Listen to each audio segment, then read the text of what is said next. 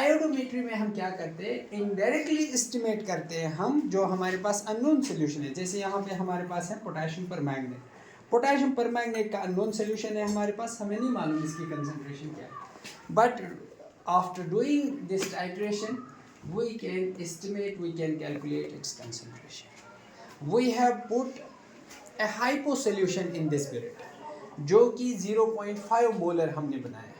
इसको हम टाइट्रेट करेंगे अगेंस्ट पोटेशियम परमैंगनेट। अब पोटेशियम परमैंगनेट को डायरेक्टली हम इसके साथ रिएक्ट नहीं कराएंगे। पोटेशियम परमैंगनेट का काम है एज ऑक्सीडाइजिंग एजेंट, ये आयोडीन रिलीज करता है।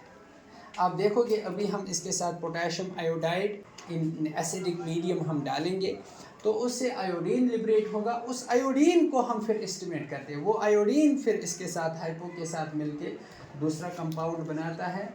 इस तरह से हमें पता चलता है कि कितना यूज़ हुआ ये हाइपो, और उससे फिर कैलकुलेट करके हम पोटेशियम परमैंगनेट की कंसंट्रेशन निकाल सकते हैं। तो 25 ml में लेता हूँ पोटेशियम परमैंगनेट। ये अननोन है इसकी कंसंट्रेशन, हमें नहीं मालूम इसकी कंसंट्रेशन कितनी है। इसको अब एसिडिक मीडियम देना है। अब एसिडिक मीडियम हम देंगे एक एसिड मिला के, हमारे पास डाइल्यूट सल्फ्यूरिक एसिड है, उसके 10 ml मैं पिपेट आउट करूँगा और इसमें मिलाएंगे, because the reaction will only occur in acidic medium. तो पोटेशियम आयोडाइड के हम 10 ml इसमें डालेंगे। आप देखना अभी इसका कलर कैसा है, कैसा कलर है इसका, पर्पल है ना। अब देखो जैसे ही मैं पोटेशियम आयोडाइड डालूंगा, पोटेशियम आयोडाइड डालने पे आयोडीन रिलीज होना चाहिए। आप देखना कलर चेंज कैसे होता है। क्या आपको लग रहा है कलर चेंज हुआ? Yes sir. कैसा कलर हुआ? ब्राउन कलर हुआ ना। आयोडीन जैसा कलर हुआ इसका। आपने आयोडीन देखा है? Yes, sir. आयोडीन ड्रेसिंग करते हैं ना, यस सर। तो वैसा ही कलर हुआ ना। क्यों ऐसा कलर हुआ? बिकॉज आयोडीन रिलीज हुआ। इसमें जो रिएक्शन हो रही है, पोटेशियम परमैंगनेट मिलता है पोटेशियम आयोडाइड के साथ, वो बनाता है आयोडीन, I2 बाहर निकल रहा है।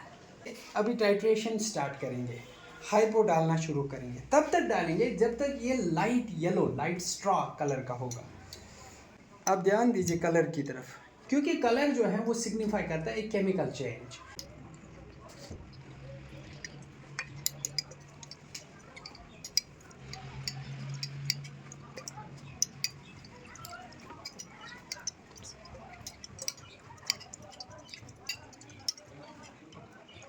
अब थोड़ा लाइट हो गया, लेकिन इससे भी थोड़ा लाइट होना चाहिए।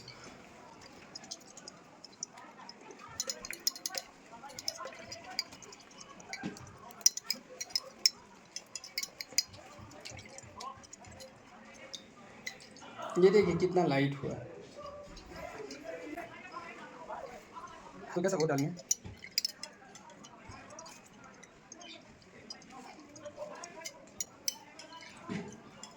ये देखिए ये लाइट कलर हो गया, लाइट येलो हो गया ना।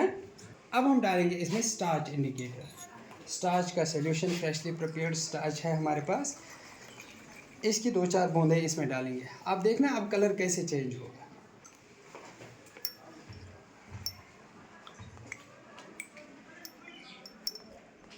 कैसा कलर हुआ?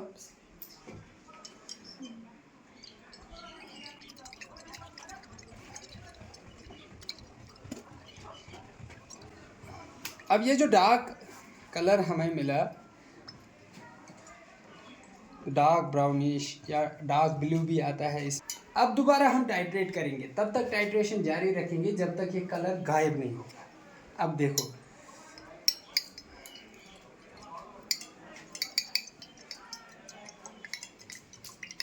तब तक टाइट्रेशन करनी है जब तक कलर सारा गायब नहीं होता।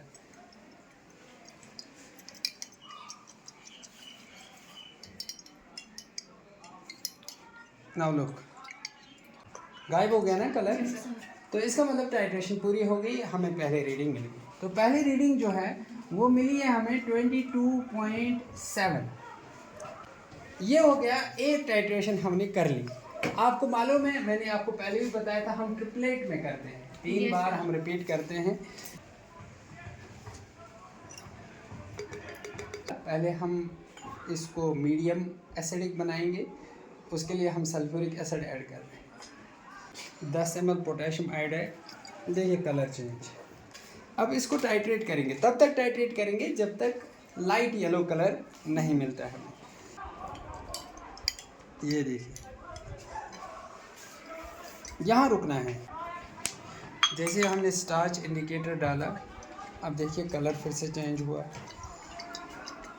टाइट्रेट करेंगे, तब तक टाइट्रेट करेंगे जब तक कलर गायब नहीं हो जाएगा। ये देखिए, तो इस वक्त जो रीडिंग है दैट इज़ 23.1।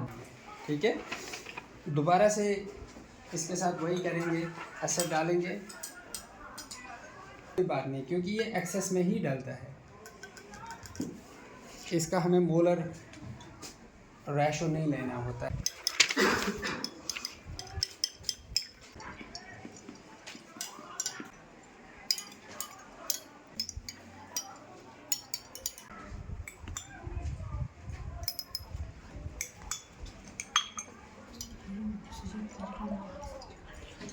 अब डाइट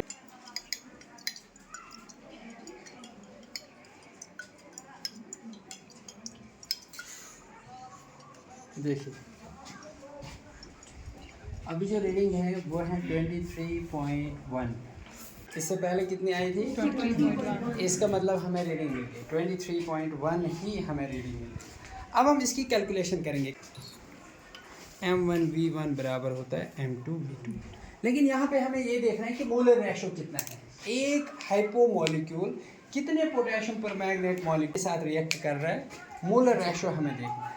अगर आप रिएक्शन देखोगे balancing chemical equation, 2 potassium permanganate 10 potassium iodide के साथ मिलते हैं, साथ में 8 सल्फ्यूरिक एसिड के मॉलिक्यूल, ये देता है मैग्नीज सल्फेट MnSO4, साथ में पोटेशियम सल्फेट, साथ में देता है ये आयोडीन। जो हम कर रहे थे, मैं आपको बोल रहा था आयोडीन लिबरेट होता है I2। ये जो आयोडीन यहाँ पे लिबरेट हुआ इस इक्वेशन में, यही ब्राउनिश कलर का हमें दिख रहा था।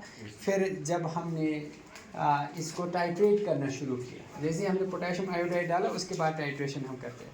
तो टाइट्रेशन में क्या हो रहा है, ये आयोडीन रिएक्ट करता है। जो इसमें आयोडीन रिलीज हुआ वो रिएक्ट करता है किसके साथ?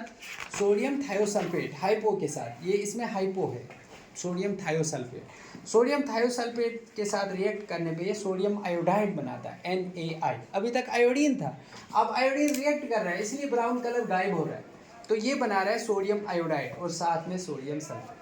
तो जैसे ही सोडियम आयोडाइड पूरा बना, आयोडीन पूरा कंज्यूम हुआ, तो कलर फिर डिसअपीयर हो जाता है, फिर इसमें कलर नहीं रहता। ठीक है ना? तो अब अगर आप इस रिएक्शन को देखो, देखिए 2 पोटेशियम परमैंगनेट जुड़ रहे हैं, वो बना रहे हैं 5 आयोडीन। 2 पोटेशियम परमैंगनेट 5 आयोडीन बना रहे हैं। हर एक आयोडीन 2 हाइपोमोलिक्यूल्स के साथ मिल रहा है। एक आयोडीन 2 हाइपो के साथ मिल रहा है, और 2 KMnO4 5 आयोडीन मॉलिक्यूल बना रहा है। इसका मतलब वो 5 आयोडीन जो बन रहे हैं वो कितने हाइपोज के साथ मिलेंगे? एक आयोडीन 2 हाइपो के साथ मिल रहा है, तो 5 आयोडीन कितने हाइपो के साथ मिलेंगे? 10। तो इसका मतलब है 2 पोटेशियम परमैंगनेट 10 हाइपो मॉलिक्यूल्स के साथ जुड़ रहे हैं। तो इसका मतलब मोलर रेशो है 2:10। क्या है मोलर रेशो? 2:10। तो इसका मतलब मोलर रेशो जो इनका है वो है 2:10। अगर इसको सिंप्लीफाई करें, हम बोल सकते हैं 1:5। तो इसलिए फॉर्मूला बनी M1V1 divide by 1 is equal to M2V2 divide by 5। ये जो M1V1 है ये पोटेशियम परमैंगनेट का है और ये हाइपो का।